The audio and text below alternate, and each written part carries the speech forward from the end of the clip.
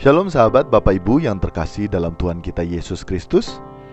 New Chapter Message hari ini berjudul Hajaran Tuhan untuk Kebaikan Kita. Sebelumnya mari kita dengar ayat Alkitab dalam Ibrani 12 ayat yang ke-10. Demikian firman Tuhan. Sebab mereka mendidik kita dalam waktu yang pendek sesuai dengan apa yang mereka anggap baik. Tetapi Dia menghajar kita untuk kebaikan kita. Untuk kebaikan kita supaya kita beroleh bagian dalam kekudusannya. Sahabat Bapak Ibu, hajaran mengandung makna didikan. Dan tentunya kita pernah mengalami yang namanya hajaran atau didikan dari orang tua kita. Tidak ada anak yang tidak menerima hajaran atau didikan dari orang tuanya. Hanya saja bentuk hajaran atau didikan dari masing-masing orang tua tentunya berbeda-beda. Dan setiap hajaran atau didikan dari orang tua kita sesuai dengan apa yang mereka anggap baik.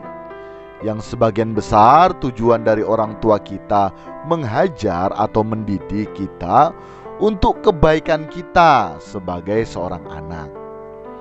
Serta hajaran dan didikan dari orang tua kita terbatas. Dalam hal ini juga memiliki waktu yang durasinya tidak panjang melainkan pendek. Karena ada saat kita sudah beranjak dewasa dari segi usia, maka kebanyakan kita juga menolak hajaran dan didikan dari orang tua kita.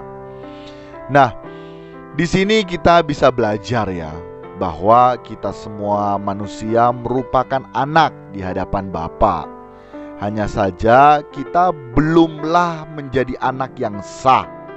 Kita masih anak yang berstatus tidak sah atau notos, belum huyos, belum menjadi anak yang sah di hadapan Bapa. Nah, kita akan menerima hajaran atau didikan dari Bapa agar kita menjadi anak yang sah atau huyos. Bukan saja hanya secara de jure, secara hukum, tetapi secara de facto. Faktanya kita juga merupakan anak yang sah atau huyos. Oleh karenanya kita menerima hajaran atau didikan dari Bapa. Dan waktu kita itu panjang loh sahabat Bapak Ibu. Sepanjang seumur hidup kita, kita terus dihajar, kita terus dididik oleh Bapa kita di sorga. Hal tersebut bukan tanpa sebab ya, tetapi semuanya ada tujuan. Dan tujuannya yaitu untuk kebaikan kita.